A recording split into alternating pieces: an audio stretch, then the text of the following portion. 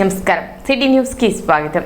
ఈ నెల 15న జిల్లా కలెక్టరేట్ వద్ద నిర్వహించే మహాధర్నా కార్యక్రమాన్ని విద్యార్థులు పెద్ద సంఖ్యలో పాల్గొని విజయవంతం చేయాలని ఏఎస్ఎఫ్ నాయకులు కోరారు. తెనాలి గాంధీనగర్లోని ఏఎస్ఎఫ్ కార్యాలయంలో నిర్వహించిన విలేకరుల సమావేశంలో రాష్ట్ర కార్యవర్గ సభ్యులు పాసెం వెంకటేష్, గుంటూరు జిల్లా అధ్యక్షులు గండు శివ మాట్లాడుతూ విద్యార్థులకు ఇచ్చిన హామీలను ప్రభుత్వం అమలు చేయాలని, జీవో 77 రద్దు, పెండింగ్ ఫీజు రియంబర్స్మెంట్స్, స్కాలర్షిప్ల విడుదల, సాంఘిక సంక్షేమ హాస్టల్లో వసతుల కల్పన, సర్టిఫికెట్ల జారీ వంటి సమస్యలను వెంటనే పరిష్కరించాలని డిమాండ్ చేశారు.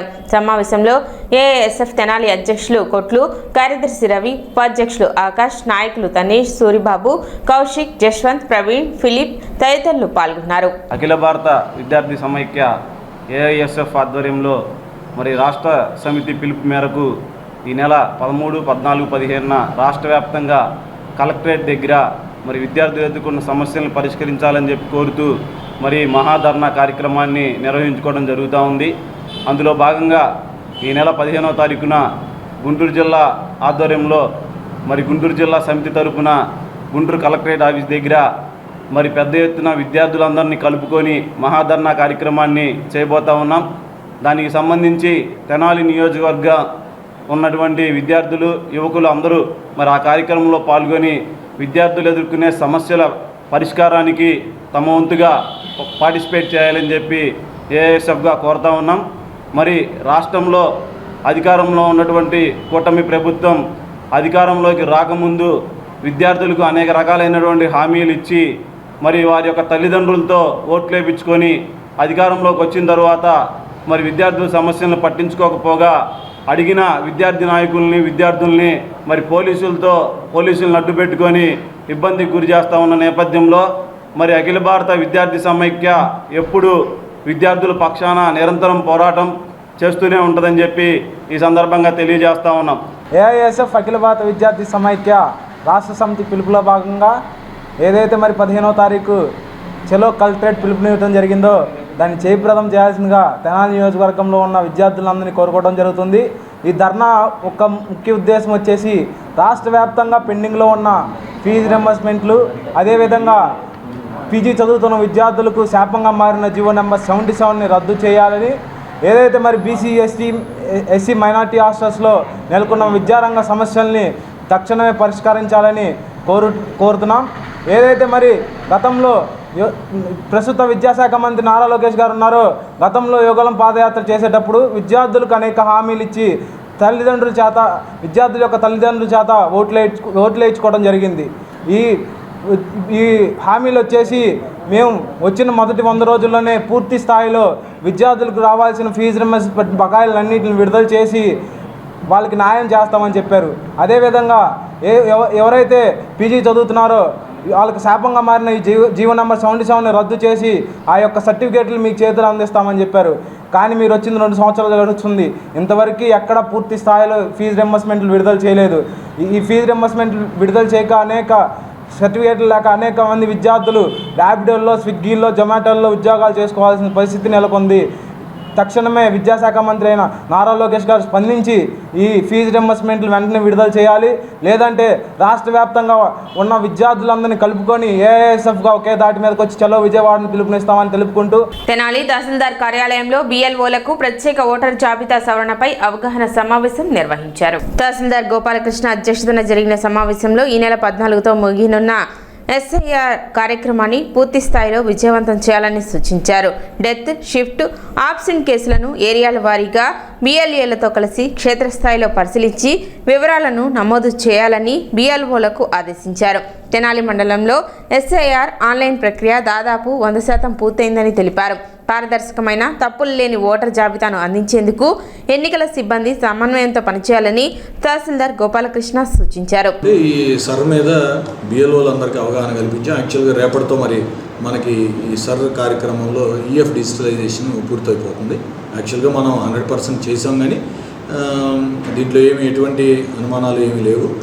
మా బిఎల్ఓలకి ఏమి గైడ్ చేసామంటే, ఒకసారి ఏఎస్డి లిస్ట్ వస్తుంది, ఆబ్సెంట్, షిఫ్ట్, డెత్, అట్లాగే డబల్ ఎంట్రీ. ఈ లిస్టులన్నీ కూడా ఒకసారి మనకు ఆన్లైన్లోనే వస్తాయి.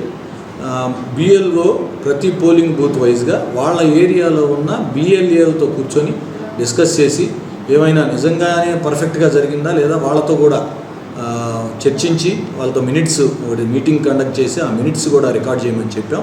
ఎక్కడా తప్పు జరిగే అవకాశం లేకుండా ఉండే విధంగా అన్ని రకాల చర్యలు తీసుకుంటున్నాం. ఎట్టి పరిస్థితుల్లో మన తెనాల్లో స్వచ్ఛమైన ఓటర్ లిస్టు తయారవుతుంది. ఆ విధంగా ట్రైనింగ్ క్లాస్ లాగా చెప్పాం. ఈరోజు రేపు ఈ అవకాశాన్ని వినియోగించుకొని లోకల్గా ఉన్న బిఎల్ఏలకి ఈ లిస్టుని ఒకసారి చూపించి ఎవరైనా మనం ఉన్న వాళ్ళని కానీ ఇప్పుడు చాలామంది ఎక్కడ ఉన్నాము వస్తాము అంటున్నారు, అలా ఎవరైనా ఈలోపు ఈఎఫ్ ఫామ్స్ వెనక్కిస్తే ఏదున్నా కానీ తీసుకొని ఈ 2 రోజుల్లో దీని మీద యాక్ట్ చేయమని వాళ్ళకి సూచించాం. మండలంలోని రైతులకు యూరియా, డిఏపి ఎరువులను ఇకపై ఏపీ ఐఎంఎస్ యాప్ ద్వారా మాత్రమే పంపిణీ చేయనున్నట్లు మండల వ్యవసాయ శాఖ అధికారి కె సుధీర్ బాబు తెలిపారు. ఆధార్ ధృవీకరణతో రైతు సేవా కేంద్రాలు, సహకార సంఘాలు లేదా ప్రైవేటు ఎరువుల దుకాణాల్లో యూరియా, డిఏపి పొందవచ్చునన్నారు. రైతులు ముందుగా తమ వివరాలను ఆన్లైన్లో సరిచూసుకోవాలని సూచించారు. మండలంలోని అన్ని ఆర్ఎస్కేల్లో ఎరువులు సరిపడా నిల్వ ఉంచామని, తెనాలి మండల కేంద్రంలో ప్రస్తుతం 20 టన్నుల యూరియా, 10 టన్నుల డిఏపి అందుబాటులో ఉన్నాయని తెలిపారు. యూరియా, డిఏపి మాత్రమే ఏపీ ఐఎంఎస్ యాప్ ద్వారా పంపిణీ చేస్తామని, కాంప్లెక్స్ ఎరువులు మాత్రం యథావిధిగా అందజేస్తామని చెప్పారు. భూ వివరాల ఆధారంగా అవసరమైన వరకే యూరియా, డిఏపి ఎరువులను రైతులకు పంపిణీ చేస్తామని కె సుధీర్ బాబు వెల్లడించారు. మనకి ఆ మండలంలో ఇప్పుడు ఏపీ ఎయిమ్స్ ద్వారా మాత్రమే మనం యూరియా, డిఏపి మాత్రం ఈ యొక్క యాప్ అంటే రైతులు నమోదు చేసుకునే యాప్ అయితే కాదండి. ఏదైతే ఇది పిఎస్సిఎస్ల దగ్గర ఎరువుల షాపు దగ్గర, ఫెర్టిలైజర్స్ దగ్గర కానీ లేకపోతే రైతు సేవా కేంద్రాల దగ్గర మాత్రమే వాళ్ళు యాప్ ద్వారా మనకి చేసి రైతు సోదరులకి యూరియా, డిఏపి మాత్రం అందుతాయి. మిగతా కాంప్లెక్స్ ఎరువులు సంబంధించి ఏదైతే ఉందో అవన్నీ కూడా నార్మల్గానే యాస్టీజ్ తీసుకోవచ్చు. ఈ 2 మాత్రమే, ఈ 2 ప్రొడక్ట్లు మాత్రమే మనం ఏపీఎంస్ ద్వారా ఇస్తాం. మనకైతే ఇప్పుడు అన్ని రైతు సేవా కేంద్రాల్లో మనం ఇప్పుడు యూరియా ఇన్నెట్ 20 టన్నుల యూరియా, 10 టన్నుల డిఏపి మనం ఇన్నెట్ ప్లేస్ చేసాం. ఇప్పుడు నాకు తెలిసి అన్ని రైతు సేవా కేంద్రాల్లో మనం ఇన్నెట్ ప్లేస్ చేయడం జరిగింది. ఏదన్నా 1-2 ఇన్నెట్ ప్లేస్ చేయకపోతే గోడౌను అక్కడ ఫెసిలిటీస్ కొద్దిగా తక్కువ ఉండటం మనం చేయలేదు. అది కూడా నాకు తెలిసి ఈరోజు రేపట్లో కూడా మొత్తంగా పూర్తి స్థాయిలో అన్ని రైతు సేవా కేంద్రాల్లో పెడతాం. అదేవిధంగా పిఎస్సిఎస్కి సంబంధించి కూడా మేము పిఎస్సిఎస్లో యూరియా, డిఏపి అందుబాటులో ఉంచే విధంగా ఆల్రెడీ రెడీ చేసాం. మేము వాళ్ళు ఆల్రెడీ ఇప్పుడు 2 పిఎస్సిఎస్లో యూరియా అయితే వచ్చింది. మిగతా డిఏపి కూడా వాళ్ళు ఇన్నెట్ పెట్టి ఉన్నారు, వాళ్ళకు కూడా అందుబాటులో ఉంటుందండి. పెదరావూరు ఒకటి ఆల్రెడీ డిస్ట్రిబ్యూషన్ కూడా స్టార్ట్ చేశారు యూరియా. అదేవిధంగా అన్ని ఫర్టిలైజర్స్ రీటైల్ షాపుల్లో కూడా మనకి యూరియా, డిఏపి చేస్తున్నారు. రైతు సోదరులకి మనం చేసేది ఏంటంటే మీరు ఒకసారి మీ యొక్క ల్యాండ్ మీరు ఒకసారి రైతు సేవా కేంద్రం దగ్గర మన ల్యాండ్ అంతా ఆన్లైన్లో అంటే మనకి ఏపీఎంసీ యాప్ ఆన్లైన్లో కనపడుతుందో లేదో ఒకసారి చెక్ చేసుకోండి. అది కానీ కనపడకపోతే యాడ్ చేయాలంటే మనం ఫస్ట్ ఏదైతే ఎరువు తీసుకునే ముందే మనం యాడ్ చేసుకోవాలి. తర్వాత మనకి యాడింగ్ అనేది కొద్దిగా అవకాశం ఉండదు. కాబట్టి ఇది ఒకటి ఆలోచించాలని అందరూ కూడా మీ దగ్గరలో ఉన్న రైతు సేవా కేంద్రానికి వెళ్ళినట్టు ఒక్కసారి వెళ్ళి చూసుకొని తర్వాత ఎరువులు తీసుకోవాలని తెలియజేయటం అయిందండి. ఇప్పుడు మనకైతే 237 మెట్రిక్ టన్నుల యూరియా అందుబాటులో ఉంది.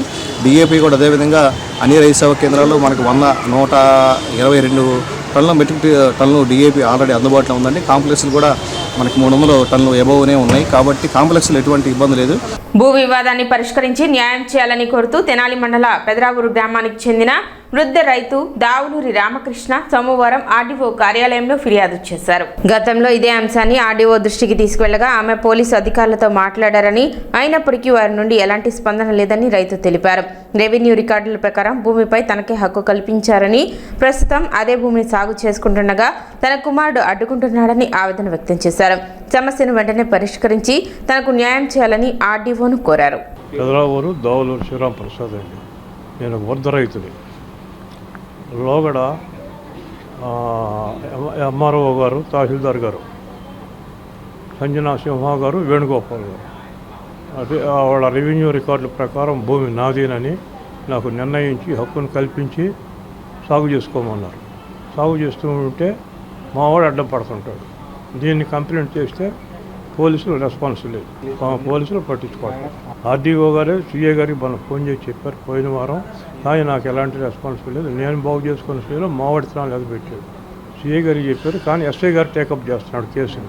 అది నాకు అర్థం కావట్లేదండి. మరి నన్ను అపార్థం చేసుకున్నాడేమో నాకు తెలియదు. విత్తనాలు ఎదపెట్టిన రోజున నేను నిడుపులో ఉంటానండి మా పెద్దవాడి దగ్గర. ఎవరో చెప్తే నేను ఫోన్ చేశాను, ఫోన్ కూడా ఎవరు ఎత్తలేదు. తర్వాత 112కి ఫోన్ చేశాను, వారు వివరాలు అడిగారు. చెప్పానండి, కానీ నాకు ఎలాంటి రెస్పాన్స్ జరగలేదు. ఈ నెల 14వ తేదీ నుండి పొలం పిలుస్తుంది కార్యక్రమాన్ని ప్రారంభిస్తున్నట్లు మండల వ్యవసాయ అధికారి కె సుధీర్ బాబు తెలిపారు. ఈ కార్యక్రమం సెప్టెంబర్ 23వ తేదీ వరకు కొనసాగుతుందని చెప్పారు. ప్రస్తుతం నెలకొన్న వాతావరణ పరిస్థితులను దృష్టిలో ఉంచుకొని పంటల్లో కలుపు నివారణ చర్యలు చేపట్టి వ్యవసాయ శాఖ సూచనల మేరకు అవసరమైన మోతాదులో ఎరువులు, పోషకాలను వినియోగించాలని రైతులకు సూచించారు. అలాగే అన్నదాత సుఖీభవ, పీఎం కిసాన్ పథకానికి సంబంధించిన రైతులు తమ వివరాలను పరిశీలించి ఏవైనా లోపాలు ఉంటే వెంటనే సరిచేసుకోవాలని సూచించారు. అర్హులైన రైతులకు త్వరలోనే పథకం నిధులు విడుదల కానున్నాయని కె సుధీర్ బాబు తెలిపారు. ప్రతి మంగళ బుధవారం కూడా పొలం పిలుస్తుందనే కార్యక్రమం స్టార్ట్ చేయడమైంది. ఈ మంత్ నుంచి ఏదైతే మనకి 23/9 నెల వరకు కూడా ఈ యొక్క ప్రతి వీక్లో మంగళ బుధవారంలో మార్నింగ్ ఒక సెక్షన్ ఒక విలేజ్, ఈవినింగ్ ఒక సెక్షన్ విలేజ్, 2 విలేజెస్ పొలం పిలుస్తుందనే కార్యక్రమం స్టార్ట్ చేస్తున్నారు రేపటి నుంచి కూడా ప్రభుత్వం. మెయిన్గా ఈ పొలం పిలుస్తుంది కార్యక్రమంలో మెయిన్గా ఏంటంటే అండి, ఇప్పుడున్న పరిస్థితులు ఏంటంటే సూపర్ ఎల్నిలో పరిస్థితుల్లో మనకి వాటర్ మనకి ఏదైతే పట్టిసీమ నుంచి వచ్చే వాటర్ మనకి 2 రోజుల్లో ప్రభుత్వం నుంచి చెప్పడం జరుగుద్ది. రైతు సోదరులందరూ కూడా మెయిన్గా ఏంటంటే మనకి వాటర్ వచ్చినప్పుడు మనకి డైరెక్ట్స్ ఏదైతే వేసినప్పుడు మాత్రం మీరు ఇప్పుడైతే డ్రై స్పెల్లో ఉంది, మీకు వాటర్ పెట్టిన తర్వాత ఏదైతే మనకి నెక్స్ట్ కలుపు రాకుండా ఉండడానికి తేమ ఉన్నప్పుడే స్టాంప్ ఎక్స్ట్రా అనే మందుని మన పెండి మితాను ఆ మందుని తప్పనిసరిగా 1/2 లీటర్ ఒక ఎకరానికి స్ప్రే చేసుకున్నట్లయితే మనకు కలుపు రాకుండా వెదపత్తులో ఉంటుంది. అదేవిధంగా అనాథ సుఖీభావ సంబంధించి ఎక్కువ మంది రైతు సోదరులకి ముందుగా తెలియజేసింది అంటే లాస్ట్ ఇయర్ ఏదైతే మనకి ఎంతమందికి అయితే అమౌంట్ వేశారో మొన్న వేసినప్పుడు కూడా అంతే మందికి అమౌంట్ వేశారు. ఏదైతే మీరు ఆన్లైన్లో రెక్టిఫై చేసుకున్నవి అంటే ఆధార్ నెంబర్కి మనకి ల్యాండ్ లింక్ లేని అలాంటి సందర్భంలో మీరు ఆల్రెడీ చేసుకున్నా కానీ అవి ఆర్టీజీఎస్ వాళ్ళ దగ్గర ఉన్నాయండి. మీకు ఆ అమౌంట్ త్వరలోనే మళ్ళీ వాళ్ళందరికీ కూడా జమ జరగబడుతుందని తెలియజేయటం అయిందండి. మెయిన్గా ఏంటంటే మనకి పీఎం కిసాన్ సంబంధించి కూడా ఎక్కువ మంది కూడా మనకి అండర్ ప్రాసెసర్ వస్తున్నాయి. కొన్ని నెంబర్లకి ఏంటంటే రీసర్వే అయిన విలేజ్లో ఏదైనా సర్వే నెంబర్ చేంజ్ చేసే ఏమైనా అయిందనేది ఒకసారి చూసుకుంటే సరిపోతుంది. అందరికి కూడా మన పీఎం కిసాన్ అమౌంట్ కూడా అందరికి కూడా జమ అవుతాయండి. రైతు సోదరులందరికీ కూడా ఈ యొక్క విషయాన్ని గమనించాల్సిందిగా తెలియజేయండి. సిటీ న్యూస్ ఇంతటితో సమాప్తం. నమస్కారం.